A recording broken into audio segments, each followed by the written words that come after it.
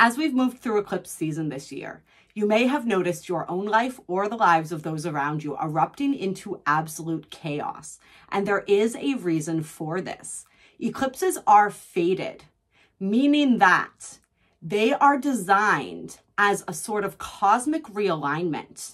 If we have meandered a little bit off the desired path, eclipses are designed to reroute us and bring us back to the set course for our soul's evolution.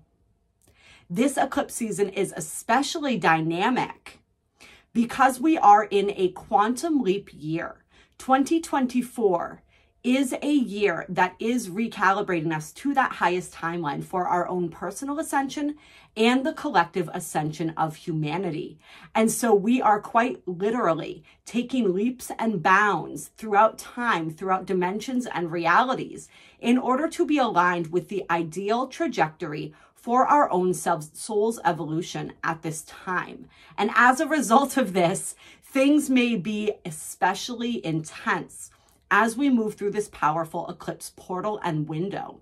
This eclipse portal, or the second half of eclipse season for 2024, began at the beginning of September as we began gearing up toward that powerful lunar eclipse in Pisces. That eclipse was all about working through and releasing and coming to an understanding and a completion of powerful karmic lessons as well as soul contracts.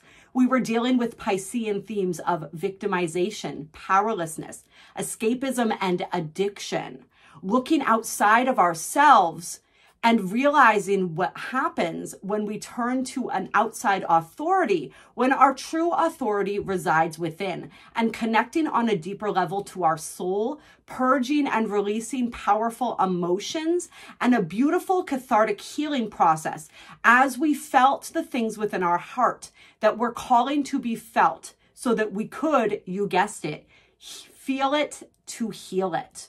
So that was a big, big energy. We were also working with energies of service, energies of sacrifice, big, powerful, powerful themes and collective consciousness themes as well, being in the sign of Pisces ruled by Neptune and that 12th house of the collective unconscious. Now we're moving toward the October 2nd solar eclipse in Libra.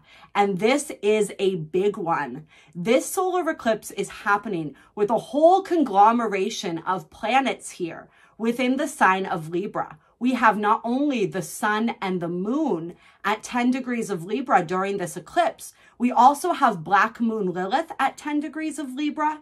And then we also have, in varying other degrees surrounding this, Juno, the asteroid that represents partnership and marriage, the South Node, and Venus hanging out on the edges here, now within the sign of Scorpio. And we're going to talk about Venus, who is the ruler of this eclipse, being the ruler of the sign of Libra, in a little bit, because she's making a beautiful grand water trine with Mars and with, let me check here, you guys, with Saturn. So with Mars and Saturn, Saturn in Pisces, Mars in Cancer, and Venus in the sign of Scorpio. And this is really mobilizing our desire nature. I guess we're going to talk about it right now. It's supporting us in this continued emotional release. It's supporting us in getting clear on what it is that we truly feel, what it is that we truly desire, and what truly has meaning for us on a deep emotional level.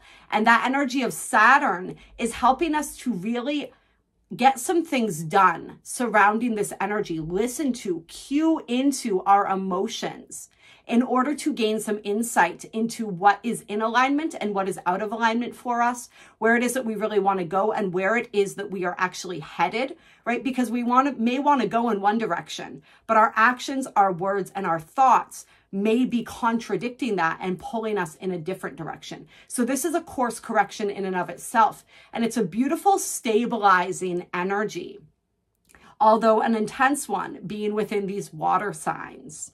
So moving back to all of these planets in Libra, one of the really exciting things about this eclipse is the fact that 10 degrees of Libra is also the degree of a fixed star. And this fixed star is called Porrima. Porrima is a star that is also known as the star of prophecy, and she is within the Virgo cluster. And there's a lot that goes into explaining why it is that this is aligned with a star in the Virgo cluster, but this is happening at 10 degrees of Libra. This has to do with tropical Western astrology and the way that we map out the heavens. So don't get too caught up on those details. Just know that this is a powerful activation point for not only these Libra energies, but also within this constellation of Virgo. Some of these Virgo energies and themes as well, which we really did feel as we were moving through the first eclipse that we had on September 17th in Pisces, because we already had a powerful lineup going on here within Libra.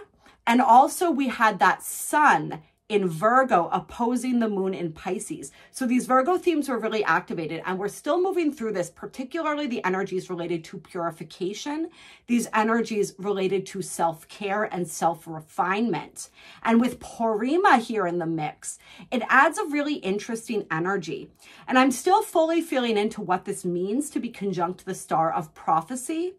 It certainly feels to me as though there are prophecies that are coming to revelation at this time.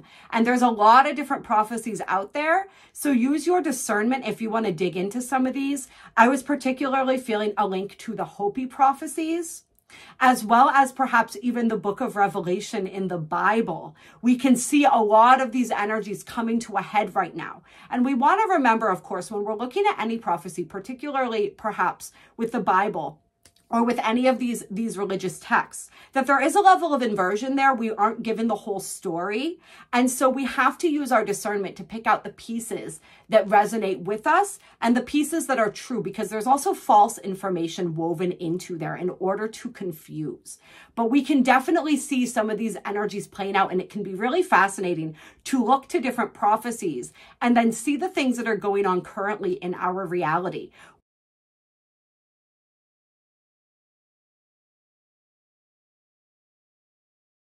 What I was also reminded of when we were looking at this was the energy of the self-fulfilling prophecy. And the self-fulfilling prophecy is when we decide that reality is a certain way, when we decide that we are a certain way, or certain things happen to us, particularly when we're using words as always or never, like this always happens to me, this never happens to me. When we do that, we are creating a self-fulfilling prophecy. This is similar to, I'll use an example with relationships, since this Libra energy is very much about the energy of relationship. Similar to somebody who has a wound of abandonment and who is always getting screwed over by the people that they're dating, the people that they're intimately connected with. And so they have a story that says, I always get left, I always get cheated on, I always get hurt. And so when we say this, we are expecting that energy, and our reality has no choice but to deliver. So this is a self-fulfilling prophecy. This energy really wants us to look at where it is that we are creating these self-fulfilling prophecies in our lives, and whether these are positive or negative. Because remember, we can spin this in a positive way too. And I've been doing this a lot recently with my health, stating affirmations. It's really basic, but it really does work, because what we repeat to ourselves constantly, we begin to believe, and that is the decree that we're putting out to the universe. You know, so I state things like, my immune system is functioning flawlessly. I am brimming with health and vitality. And so I speak these things into my reality. You can do this with relationships. I effortlessly attract beautiful, compatible souls who see me in the beauty of who I am and accept me for who I am completely. Right? These are the kinds of things. What are the self-fulfilling prophecies, and how can you begin to switch those and begin to shift your mentality around these things? And notice where it is that a certain way that you are thinking, speaking, believing, and acting, because we act based on our emotions, our thoughts, our words, right? Are creating those self-fulfilling prophecies. So there is an energy of empowerment here where it's not like we are at the whim of fate, right? And we have zero control, zero autonomy within this world. There is such a thing as destiny, right? And such a thing as fate. And sometimes people play around with these words and say fate is the things that will always happen and destiny is what we choose. However you want to look at this and sort of nuance and read into these words, concepts, ideas, the fact of the matter is we are the ultimate controller of our destiny. We get to choose. Yes, our soul has a path that it set out for us when we incarnated upon this lifetime. And yes, we will be consistently rerouted toward the fulfillment of that fate, if you will. But we get a lot of say in the matter and how this evolves. It's like it's an interplay between us and the universe, but we get to choose. And this is the thing that Spirit really wants us to understand: perspective. We get to choose, even when we have these fated events occur, how it is that we react to them, how it is that we perceive them, what kind of prophecy, self-fulfilling prophecy we are creating through the way that we react to and perceive the situations and events in our lives. We have, and once again, bringing it back to this relationship theme, Libra ruling that 7th house of relationship and partnership and connection. We have a choice as to how we react to other people. We cannot control what they do, but we can control our own reactivity to that. And this is going to be a real lesson for some people during this eclipse, because we have Mars in Cancer squaring this eclipse stellium in Libra. So the sun, the moon, black moon Lilith, the south node, Juno. And that is intense. Mars in Cancer tends to be very reactive, tends to be very emotionally dominated and influenced by emotion. And so we really want to look at that. We may get triggered, but remember, our triggers are our teachers. What are they telling us about ourselves, about wounds that still need to be healed, about where it is that a certain energy resides within us, within our own shadow, that wants to be examined and brought to light? Black moon Lilith is the energy that represents the shadow, particularly the feminine shadow. And all of these darker or more taboo and mysterious aspects of the feminine energy. Black moon Lilith being part of this beautiful stellium of planets and being in that exact same degree with the sun and the moon and that star Porrima is really powerful. And this speaks to, especially with the south node present here as well, really releasing those old templates, those old relational templates, not just when it comes to our relationships with others, but also the relationship with ourselves. So this is recognizing our own darkness, honoring that, really allowing ourselves to go deep. Remember, Venus is in Scorpio right now as well, ruled by Pluto, who's still at that 29-degree anaretic final degree of Capricorn right now. So it's delving into that darkness, delving into these parts of ourselves that we were ashamed of, these needs, drives, and desires that we may have felt unable to express, or as though they were not capable of being fulfilled, or maybe shouldn't even be fulfilled. And it's all about how is the highest vibrational way that I can fulfill this deep, dark need and desire within myself. And the ones, perhaps those for revenge, perhaps those for those darker tendencies like that, perhaps there's a way to instead employ forgiveness, employ healing, so that we no longer have that desire to lash out within us. But this Black Moon Lilith energy is powerful as well, because it is really helping us to stand up for ourselves, to demand reciprocity in relationship and in connection, and to really honor ourselves. It's a no bullshit kind of an energy when we have Black Moon Lilith here. Like, she's not going to let us sweep anything under the rug. If we are feeling underappreciated, undervalued, underrecognized, if we are feeling as though people think that they have power over us. And this is interesting too, because what I'm being shown is that it's really a review of that energy. Does somebody truly have power over us? And if they do, is it because we have given them that power? And if they do have some type of power, like I'm thinking of like a coworker, boss kind of a situation or something, how is it that we can still function autonomously within that relationship, even if that means calling on the higher aspects of ourselves, if these people in these positions of power are perhaps living in their more lower base energies. That is an interesting dynamic to be fleshed out and understood. And some people around this time may be realizing that they've had enough. If there are people in their reality who are disrespecting them or who are abusing their power in a situation, they might decide to leave, or the universe might decide that it's time for us to go and just clear that right out for us. Because remember, we are being aligned with that highest timeline. And I know during that first Pisces eclipse, I had friends and family. There was so much going on, so many people that needed support. And it was a really challenging experience for me to decide what kind of support was appropriate to give and who to prioritize giving it to and how to provide that, while at the same time caring for myself. These are some of those themes of sacrifice and service with that Pisces energy. But we may continue to see themes like this playing out as we move into the deeper relational energy of Libra.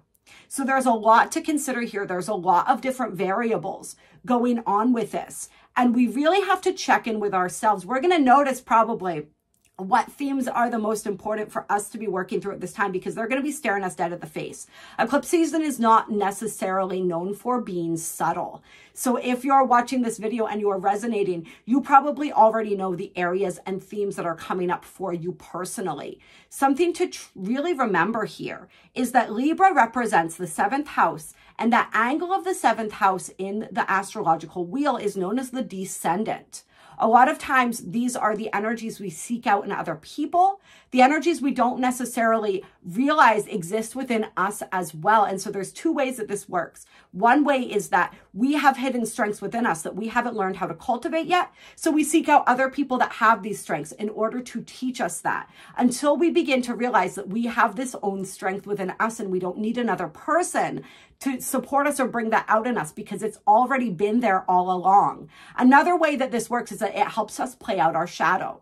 So the parts of ourselves that we haven't acknowledged that perhaps we don't want to look at are called in and sort of staring us in the face through the people that we are interacting with. So pay attention once again, not just to your triggers, but to what people are mirroring back to you about the nature of your own internal world, your own strengths, your own weaknesses, and how you can bring those into a better balance. Libra season is all about balance. That is one of the major goals for Libra energy. It's to begin to understand itself through the interactions with the other, right? We say it like this because there truly is no other in a sense. And it is also to cultivate that energy of balance. So working with that, this could come up in a bunch of different areas, not relationships, but where in our lives we're needing that balance and needing to come back to balance. And this brings us back to some of those Virgo energies that we have been working with as well throughout Virgo season and that past eclipse, with these energies of self-care. That's still going to be a major, major theme as we are moving through these dynamic energies. Going back to the energy of prophecy for a moment here. I also felt that this is a time where people's psychic vision is going to be acting up. I guess you could maybe call it that if it's something that you're not too fond of at the time, right? Some people, it's these gifts pop up at inopportune moments or times. It's going to be activating on a deeper level. And there are certain, I honestly was drawn to use the word prophets, even though that has a lot of religious connotations, and I was a little bit hesitant. It really does feel like that. Prophets being activated, people's own gifts of prophecy, of clairvoyance, coming online right now and receiving visions. And remember, when we receive these visions, a lot of times we're receiving visions of one possible timeline. Well, not a lot of times, every time, right? There's an infinity of possible timelines. We're being given a glimpse into one, sometimes multiple different possibilities. It doesn't necessarily mean that is the one that is going to come to pass. Sometimes we're given a vision of the future so that we can then change it. This happens sometimes even with card readings and things like this. It's like we tap into the most likely future outcome based on the current energies and the way that they are flowing. But if people don't like the outcome that they're receiving, that gives them the opportunity to do something different. And so this may happen for people on a worldview. This may happen in their individual lives or regarding people they know. And it's an opportunity, if it's not the best outcome, to look at what can be shifted in order to align with a higher timeline. And if it is a beautiful outcome, perhaps this shows us confirmation that we are on the right path and really gives us that extra vigor or that extra, I don't know what the word is here, motivation, there we go, to continue along that path and continue doing the things that are aligning you with that beautiful highest timeline. We may see a lot of things shifting and changing in the world, and we've already been seeing this, right? As Libra also has to do with peace and war and a lot of these different energies. So there's a lot going on. There's another fixed star at 9 degrees, almost 10 degrees of Libra. And I'm still learning all my fixed stars, so I cannot remember. I'll put the name down in the description box below. This is known as a star that is generally very negative. It has very dark connotations. And there's a lot of, like we learned when we talked about the conjunction of Mars, Uranus, and Algol at 26 degrees of Taurus, we learned that there is a beautiful higher vibration to Algol as well. And that was one of the most malevolent stars in the heavens, right? But it has also the greatest capacity for spiritual light in a positive polarized sense when we're able to traverse that darkness. So we don't ever want to look at these stars as just meaning one thing. Traditionally, this star at 9, almost 10 degrees of Libra is a pretty dark energy. So there is that energy, especially being squared by Mars in Cancer, where we could see some continued developments, moving towards more chaos, moving towards more destruction within the world around us. But it's giving us an opportunity to rise to that higher frequency and to rise to that higher vibration and to really remember the world around us is purging a whole lot of darkness right now as the earth ascends. And sometimes it honestly feels kind of hopeless. It can feel frustrating. I know I feel that way as well sometimes when I'm like, man, you know, I talk about all this stuff, but sometimes like when I'm in sort of that darker frame of mind and I look around at the world, I'm just like, man, am I just like full of it? Like, am I really giving? But that's the doubt that creeps in, right? There is so much beauty happening. We just have to look at our own spiritual journey. Think about the dark night of the soul that precedes the next level of spiritual illumination or enlightenment. All right. And I say next level because it's an ongoing process. Nobody is ever fully enlightened, right? Not in these human bodies, not in this dimension. So, and maybe ever, right? I think that full enlightenment is when we merge back with source, which is of course when we are then zero pointed and absorbed by source once again. So when we have this spark of imagined separateness, if you will, or this distinction of character, we're never fully enlightened, but we're moving to the next level of it. So that dark night of the soul precedes that next level up in awakening.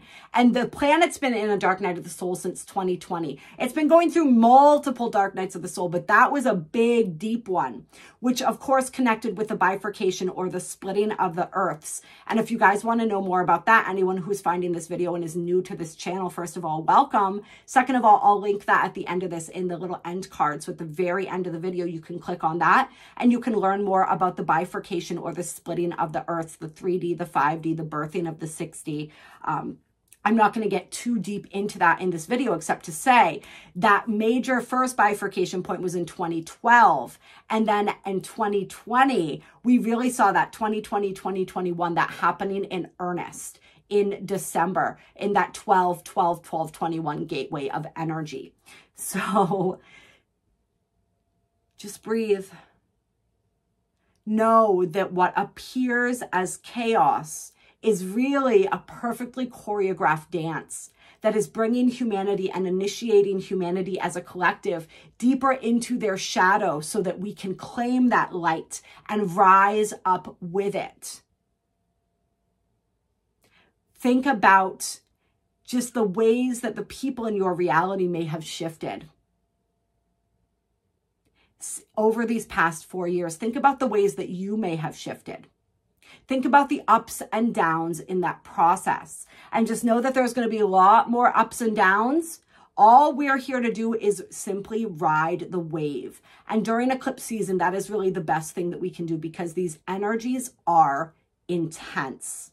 Something beautiful that we also have going on with this particular eclipse is a trine to Jupiter. So when Jupiter comes in, Jupiter brings that hope. Jupiter brings that optimism. Jupiter really kind of blesses this energy and it gives us that. And I was looking up at the sky last night, actually, and I was watching Jupiter and Sirius. I saw Sirius and it was just twinkling at me and I was receiving these beautiful transmissions. I'm actually receiving them right now, talking about this right now. And I hope that you're feeling that you're able to feel that through this video. Those beautiful transmissions from Sirius coming through. And up above Sirius a little bit over here, we had Jupiter. And it was just the brilliance of Jupiter shining through. It really is bringing this beautiful, benevolent energy in, representing all of our beautiful star family, all of our beautiful ancestors and our benevolent spiritual team that are fully assisting us at this time and really want us all to know that we are not alone, that they may not be physically, some of them are, but to them that are us, if that makes any sense to you. The rest of them, they're not here, but they're here and they're all around us. Just open yourself up to that remembrance.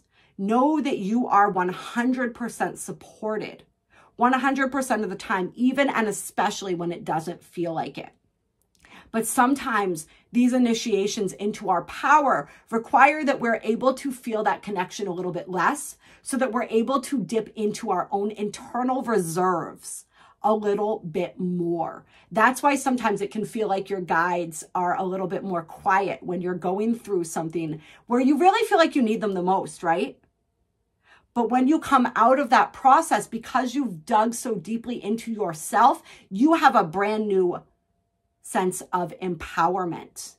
Because remember, we are all those beings that we are trained to look up to think of as higher than ourselves. We are them, like we said, in human form. There is no hierarchy here.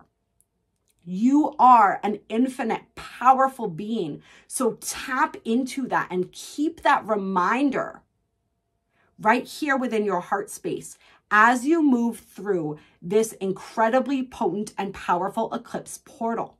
We still have that beautiful minor grand trine between Pluto in Aquarius, or sorry, Pluto's not in Aquarius yet. Pluto in Capricorn, soon to be moving back into Aquarius in November. Uranus in Taurus and Neptune in Pisces, all right? This beautiful connection of energies here that are supporting us in moving into this next evolution of consciousness. Remember, your visualizations are powerful. The intentions that you are setting, the seeds that you are planting are really taking root right now. Take some time during all of this tumultuousness to set those powerful intentions that you want to seed into these new templates for humanity. Because remember, we said particularly with the relational templates, but really with all templates, not just our relationship to others, but also our relationship to ourselves. We are clearing those old templates with that South Node in Libra energy. And we're bringing in those new templates, those new empowered templates. Because remember, we have the North Node in Aries as we have that South Node in Libra. And the nodes are getting ready to complete their cycle. Next year, they're going to shift into Virgo and Pisces. So this is a powerful completion for the nodes and a major initiation. And we're going to have one more eclipse. I have them listed here. I'm going to read these off because I had to write them down for everyone. Because this set of eclipses along the nodal axis of Aries and Libra began back in 2023. On April 20th, 2023, we had a total solar eclipse in Aries at 29 degrees, that anaretic degree of Aries. And I did videos on most of these. So look back through the playlist. There's a full new moon portals playlist. There's a couple other major planetary cycles. Check those out for this video and also some other really interesting videos if you want. So we had that really kicking off this series of eclipses along this nodal axis. axis. And then we had on October 14th of 2023, an eclipse in Libra, a solar eclipse in Libra. Then in March, on March 25th of this year, we had an eclipse, a lunar eclipse in Libra. And then on April 8th, of course, we all know about that total solar eclipse at 19 degrees of Aries. This was the big one that completed the Alpha and Omega that were drawn over the United States, the first one in 2017. And I did a really powerful video that I'm also going to link at the end of this one for anyone who didn't catch it, about those eclipses, as well as the eclipses in 2027 and 2034 that are drawing another X across Egypt and the Middle East. That is going to be huge.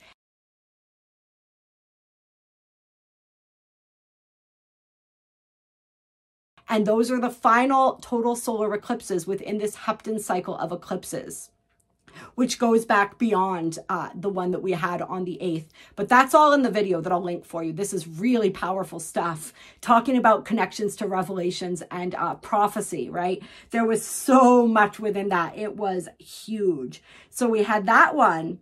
And then we had the Libra solar eclipse on October, or wait, that's the one we're talking about right now.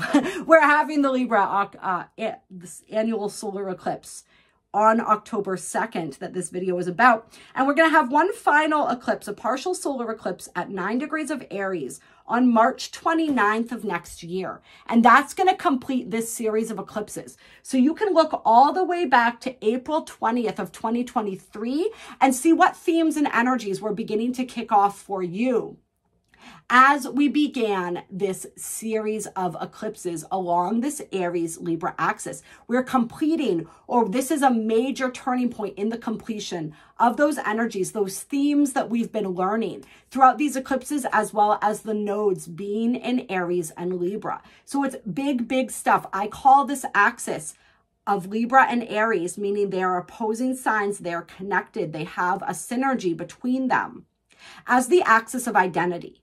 In Aries, we're really striking out on our own. We are experiencing the world very viscerally, right? This is that Mars energy, Mars ruling Aries. We're learning about ourselves through our wants, our desires, and our ability to go after them. So it's a very self-determined understanding of who we are and our identity. In Libra, the opposing sign, we're learning about ourselves through our interactions with other people and what it is that they're teaching about us, about ourselves. So really forming this deep core of our identity, how we know and who we know ourselves to be. So that's being shaken up for some people. That's being rearranged. It's becoming more clear. The habits, the different wounds and traumas and belief systems that affect our sense of identity and our ability to really assert who we are in the world with that Mars energy is really coming to a climax with this and then that next eclipse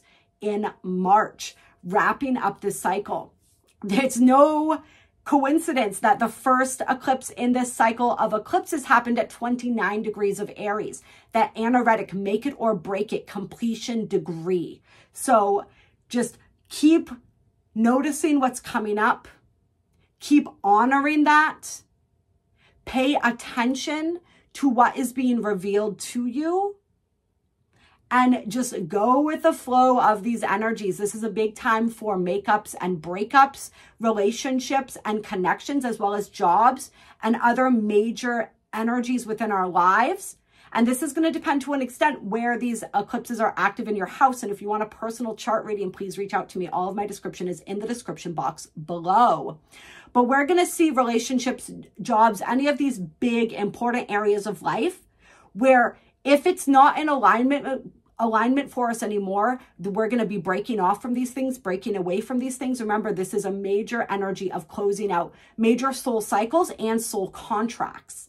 And if things are in alignment, we're going to be perhaps taking them to the next level. So this is where you're going to hear about divorces and engagements. You're going to hear about births of children or children being expected, people moving or relocating possibly, especially with that Mars and Cancer energy. Mars being how we mobilize our energy, Cancer being the sign of the home and the family.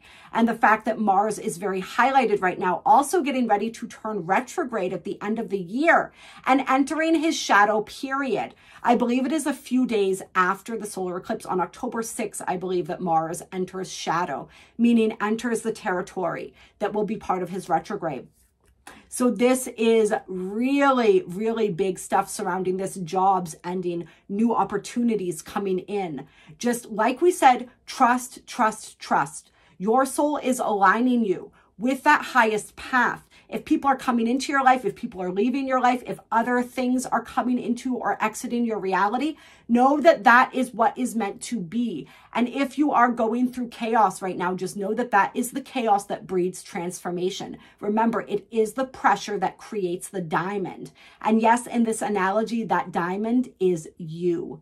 I love you so much. I honor you. I respect you. Thank you for being with me as we've explored the energies of this solar eclipse in Libra. Let me know how you're feeling, how you're working with these energies, what you're experiencing in the comment section below. And I look forward to hopefully doing a live stream with you all next week for those who are viewing this as it's coming out, right around or maybe even on the day of the eclipse, as long as things are flowing the way that I am hoping that they will. I almost said expecting, but we know all about expectations, right? That is what I'm hoping for. It's been a crazy eclipse season so far, which is why this video is coming out so late. So my apologies in a sense, but we know we all just have to roll and flow with these changes, and everything happens in perfect divine timing. If you haven't yet subscribed and you are still watching this video, you are clearly part of this tribe. So go ahead and do so right now. Make sure that you click the bell to have notifications turned on so you catch more videos, that live stream that hopefully we will be doing in a few days here, and all the other good stuff. This is a beautiful tribe. I love my cosmic rebels, my beautiful sacred cosmic rebels. This is a time to really step into that, to embrace your soul's fire and allow that to guide you. When we are connected and aligned with our soul, we are always where we are meant to be, exactly when we are meant to be there. And we can always trust that everything that is transpiring is for our highest and best good. And that's actually a prayer that we can say to remain in alignment. Please show me what is next for my highest and best good. Please guide me toward my highest excitement, toward my greatest bliss and fulfillment. I am that I am. Go ahead and check out in the description box below my soul alignment meditation if you want a meditation to assist you in aligning with your soul and your soul's highest excitement moving forward. Much love.